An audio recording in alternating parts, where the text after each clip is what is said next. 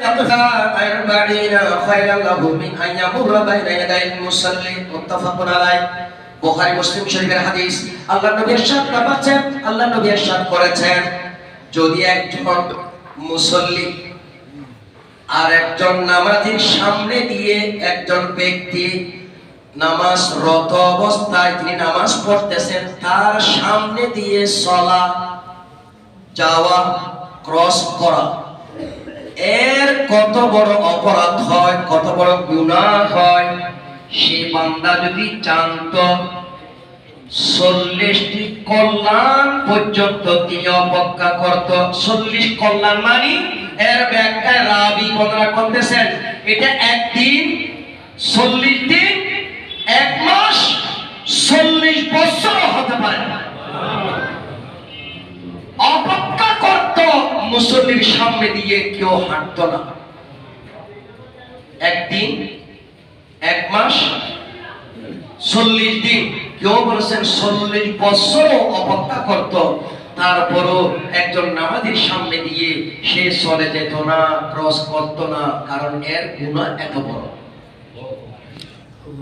আল্লাহু আকবার। এই গুনার কাজটা আমাদের হয় কিনা? একটু জোরে বলেন, হয় কিনা? আমরা জেনে করি না জেনেও করি, তারা হয়েছে দূর দিতে হবে। হ্যাঁ, ইসলাম এমন কোন ধর্ম না আপনাকে বেঁধে রাখবে, সেরকম না। এখানে ইসলামের বহু পথ আছে, যেমন শাস্তি যেমন গুনাহ যেমন কঠিন বড়, এটা থেকে বাঁচানোর পথ সহজ। আমরা না জানার কারণে এখানে বেশ কয়েকটা মাসালা আছে। আপনার যে কোনো ফিকহ কিতাবের মধ্যে এই হাদিসের ব্যাখ্যা করতে গিয়ে এখানে ক্রস করা মানে বরাবর ডান পাশ থেকে বাম পাশে সরে যাওয়া, বাম পাশ থেকে ডান পাশে সরে যাওয়া, এটাকে বলা হয় ক্রস। এটা গুনাহ। আপনি যদি বরাবর জায়গা থাকেন, মুসল্লি নামাজ পড়তেছেন, আপনি তার বরাবর সামনেই আছেন, দাঁড়িয়ে বসে, আপনি যেই কোনো দিকে সরে যেতে পারেন, এটা ক্রস হবে না। ওই হাদিসের মধ্যে আপনি পড়বেন না। এক কথায় ডানে বামে যেতে পারবেন, আপনি গুনাহগার হবেন না, কারণ এটা ক্রস হয় না, আপনি বরাবর জায়গায় আছেন। আরো কিছু মাসালা এখানে। এখন আপনাকে ডান বামে যাওয়ার কোনো সুযোগ নাই। এখানে ডানও নামাজ পড়তেছে, বামও নামাজ পড়তেছে, এখন করবেন কি? এই ক্ষেত্রে একটি মাসালা হচ্ছে, আপনি বরাবর 3 কাতার সামনে, কয় কাতার? 3 কাতার সামনে দিয়ে আপনি চলে যেতে পারবেন মসজিদে হলে, কিন্তু মাঠে হলে কিন্তু অনেক যাওয়া যাবে না। 3 কাতার সামনে দিয়ে যতটুকু আপনি সিজদারত অবস্থায় এইরকম দাঁড়িয়ে আছেন, নামাজ পড়তেছেন, সামনের দিকে তাকাবেন সিজদার জায়গায়, আপনার চোখের দৃষ্টি যতটুকু সামনে পড়ে, এই জায়গার বাহিরে যদি হেঁটে যান, আপনি ওই গুনার মধ্যে পড়বেন না। তো এটা কতটুকু? এটা হলো 3 কাতার। 1 নম্বর সূরত গেল। 2 নম্বর সূরত হচ্ছে যারা তাওয়াফে থাকেন। এখানে অনেক লম্বা কথা। তাওয়াফের মধ্যে দেখবেন আপনি হাজার হাজার মানুষ কে কোন দিকে নামাজ পড়ে, তাওয়াফের মধ্যে ঘুরতেছেন, কে কার দিকে থাকার সময় কই, কথা বলে ঠিক না? কিন্তু মনে রাখবেন, এখানে একটা সূরতে জায়েজ, সেই সূরতটা আমাদের এখনো আছে।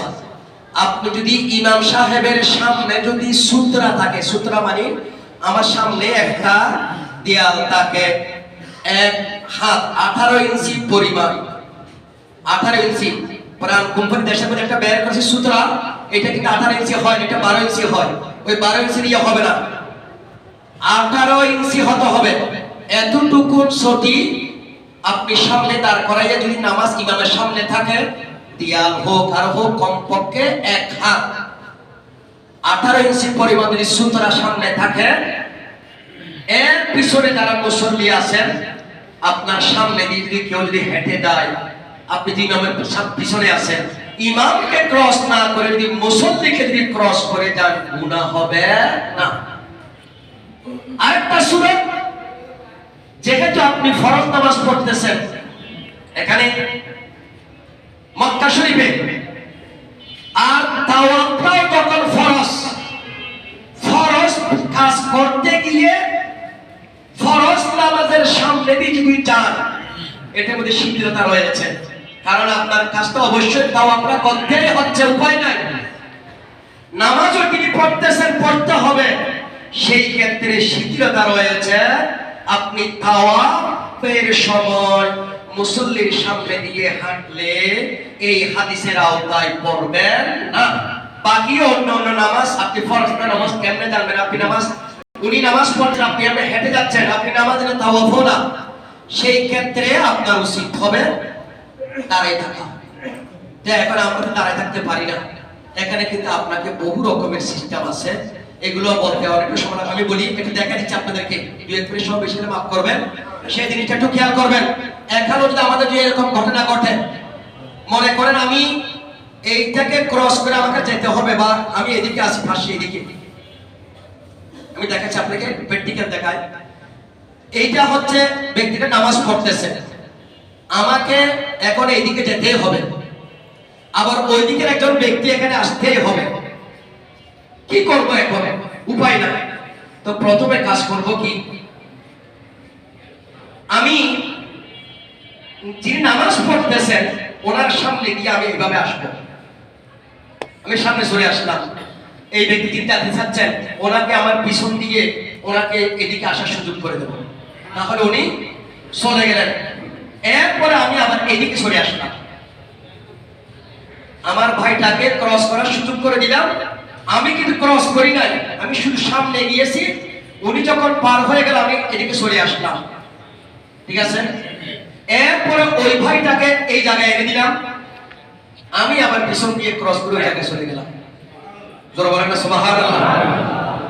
কোনো সমস্যা আছে? কেউ কি ক্রস করা হয়েছে? কোনো ক্রস হয় না। এই যে একটা মাসালা শরীয়তের মধ্যে সহজ করা আছে, আমরা না জানার কারণে এইভাবে আমরা অনেক গুনার মধ্যে ভাগে হচ্ছি। আসলাম মসজিদে নামাজ পড়ে সওয়াব নেব, যাওয়ার সময় গুনার গাঁটটি নিয়ে চলে যাবে। কথা বলেন ঠিক না? আল্লাহ আমাদের বুঝার তৌফিক দান করুন। সবাই জোরে বলি আমিন, আর একটু জোরে বলি আমিন। যারা সুন্নাত পড়েননি